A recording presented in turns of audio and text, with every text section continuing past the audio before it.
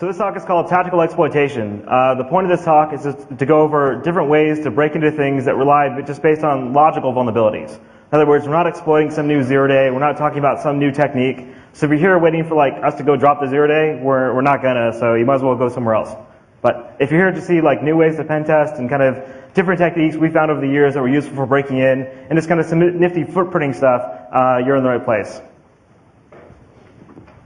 So go ahead and start. Who we are. My name is H.G. Moore. I'm the Director of Security Research for Breaking Point Systems, and we provide network test equipment, and I lead the security team there. I'm also the founder of the Metasploit project and one of the core developers. I'm Valsmith. I'm one of the founders of Offensive Computing, a malware research site, and I'm a contributor on the Metasploit project. So why should you bother sitting through this thing? This is a pretty long talk. We've got 75 minutes for the first piece and 75 minutes for the second piece. The first section is really focused on discovery tools, techniques, probes, kind of nifty new tools, nifty new techniques. The second half is all about busting shells. So you may find the second half more interesting, but hopefully the first half will be useful as well. This talk is about a different approach to owning stuff. It's not about, do I have the latest zero-day, do I have the latest exploit? It's about looking at what your target has and abusing what they have to get a shell. And the nice thing about that technique is that it doesn't matter what patches they have applied. And we'll give an example of busting shells on a fully patched Windows XP Service Pack 2 system a little bit later in the second half of the talk. So lots of fun techniques, lots of fun tools, and it's all, real-world tested, mother-approved stuff that we've actually been using for the last 10 years. So first off, what do we cover? The first section is about target profiling. Just figuring out what do they have, how does it work, where are they hosted, who actually owns this machine, how do I get access to this machine, what network is this machine on, just different kinds of discovery tools and techniques. The second half is all about actually how do you break in, and once you break in, what do you do once you get in to get further access? Okay, so vulnerabilities are transient. They come and they go. Sometimes O-Day works for a little while, then it goes away.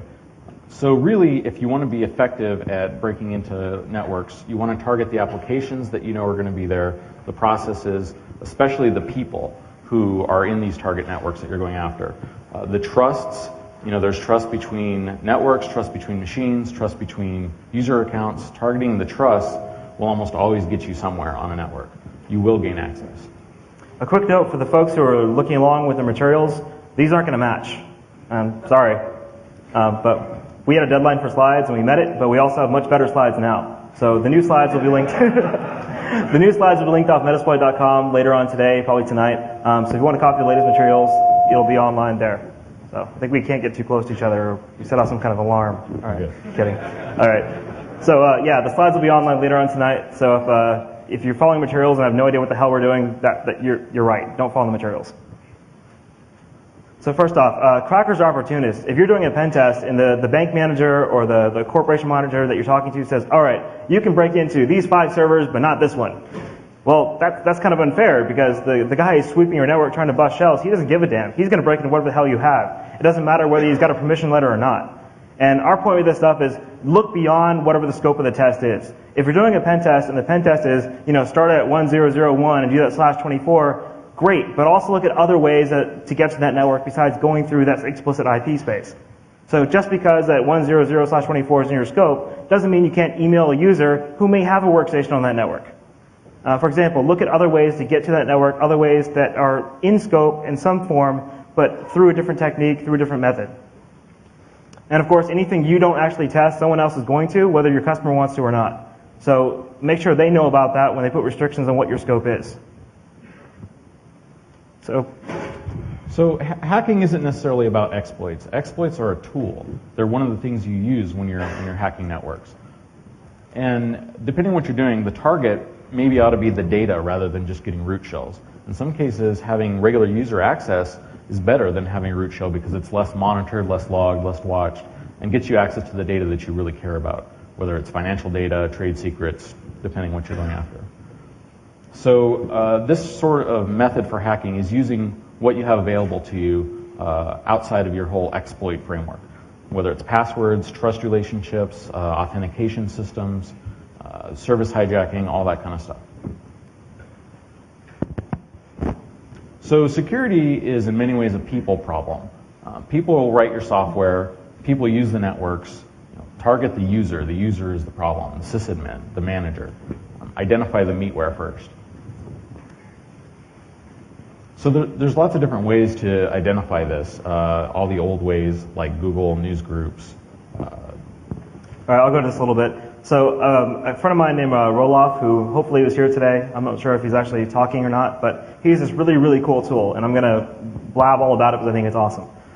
Basically, if you go to Perturba.com, they've got a web demo, and they also have the GUI demo of that, and the link for it's up there. What this tool does is it does information discovery. So you give it one piece of data, like an email address, like a full name, like an IP address, a who is, a website, a domain name, any one single piece of data.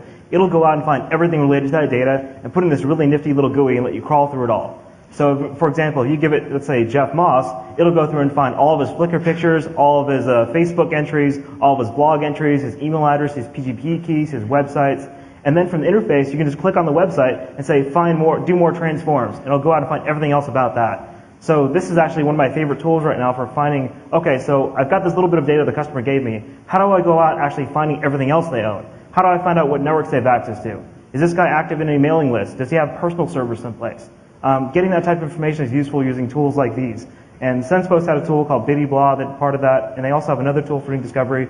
But I really prefer Evolution from Perturba, Roloff's tool. It's excellent. So these tools give us the full name, the username, the email address of whoever you're looking for. They can also give you their employment history. You can find links to their old email addresses in different companies, support tickets and news groups, all sorts of fun stuff. This is your standard kind of like open source information discovery, and it's kind of old hat to a lot of folks who do pen testing, but the services that the Perturba tool and other tools are actually querying now cover a much wider bit of information that we used to have access to. For example, before, news groups were really it for finding out where people were, where they worked, their employment history. These days, there's 15 billion social networks. There's all these different professional networks like LinkedIn. There's picture galleries. There's all these Web 2.0 fuzzy wombat services, whatever you want to call it. There's all these basically huge databases where people will sign up and willingly go provide all this great information about themselves, and this tool will go through and put it all together for you. So without hopefully stealing thunder from Roloff's talk, if he's doing a talk this year about it, check it out.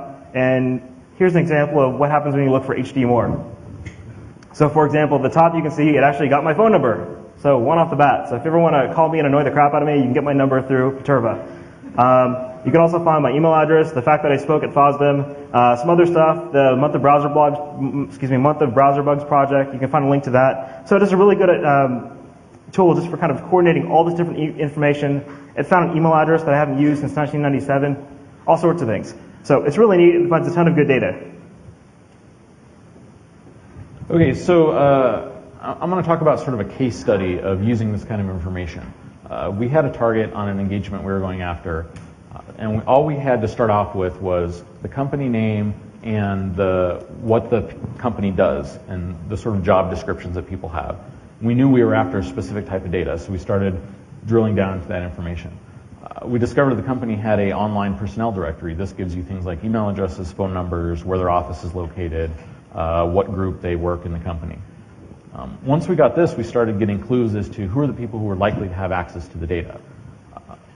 Using some of these people's names, we started browsing the web. We found their resumes. They say, oh, I work in this area, I work in that area. Email addresses. So in many cases on large networks, someone's email account is the same as their username. So like Joe at company.com, when he logs in, he's logging in as Joe many times. So the email address is the target. So to make this a little more personal, our target in this case was Joe Targetstein, and he worked as a lead engineer in this firm that did semiconductor research. So we discovered his email address on the company directory and started doing some searches on the web and some news groups. In the old days, a lot of times people's computers, their email would come from joe at joesbox.com. This gave us a hint that, well, maybe the host that he's still using is Joe's Box. So now we have a username and a host name to target to begin our attacks. We know based on his resume that he works in the area of data that we're interested in, so he probably has access. So that's personal discovery. We're going to go really lightly for a lot of different discovery categories. And so this isn't meant to be a, how to do open source research or how to find information. This is just kind of a general idea of how we go from basically knowing nothing about the target to popping shells internally. And so it may be a little bit slow at first, but as we get into it, you'll see all the stuff kind of ties together. So the next stage after personnel discovery is figuring out what the target assets are. So given a company name, given a username, given just some guy's first name or last name, how do we find out basically what service he has access to? And we're not talking about just his who is block, his ASN information. We're talking about third-party servers, hosted servers, outsourced email services, spam gateways, all those sorts of fun things. There's a whole lot of really good tools for that. We're not going to go into too many of those. But there's a lot of tools that are just lesser known. For example, this is what people use all the time. There's Whois, Google, zone transfers, DNS lookups, just kind of your standard old stuff. What we like to use, because it's number one, less visible to the target, but two, much more effective these days, is other people's services. So we use the new shiny new hotness, which is abusing someone else's server to find out information about our target for us.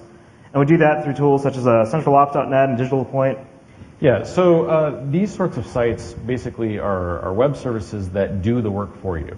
Like CentralOps will get you a dossier on your target. You give them a domain name or an IP address, and they will come back and say, oh, this IP is owned by this company, this net block belongs here in this country, the host name is owned by these people. In some cases, you can actually get what ports are open for a limited set of standard ports. And this is all stuff that you're doing from their computer, not from your computer. So when the target looks at his logs, he's going to see them, not you. So it'll throw him off the trail. Digital Point does great DNS zone transfers, and you'd be surprised. I mean, that's like, I don't know, 15 years old, but it still works all over the place and lets you find sometimes hidden hosts that you didn't know about, other targets to go after.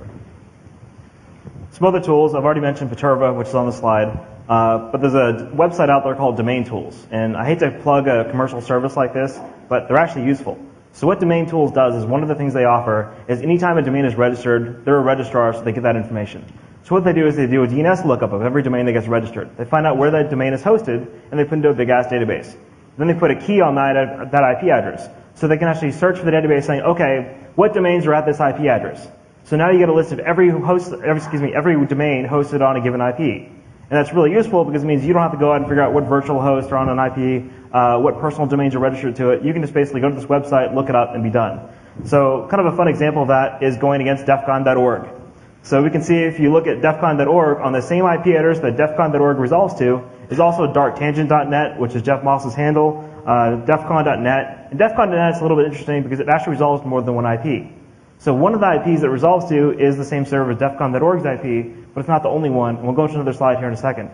There's also Hacker Jeopardy, which we all know of, and it'll actually be the end of today. That'll be in DEFCON, sorry.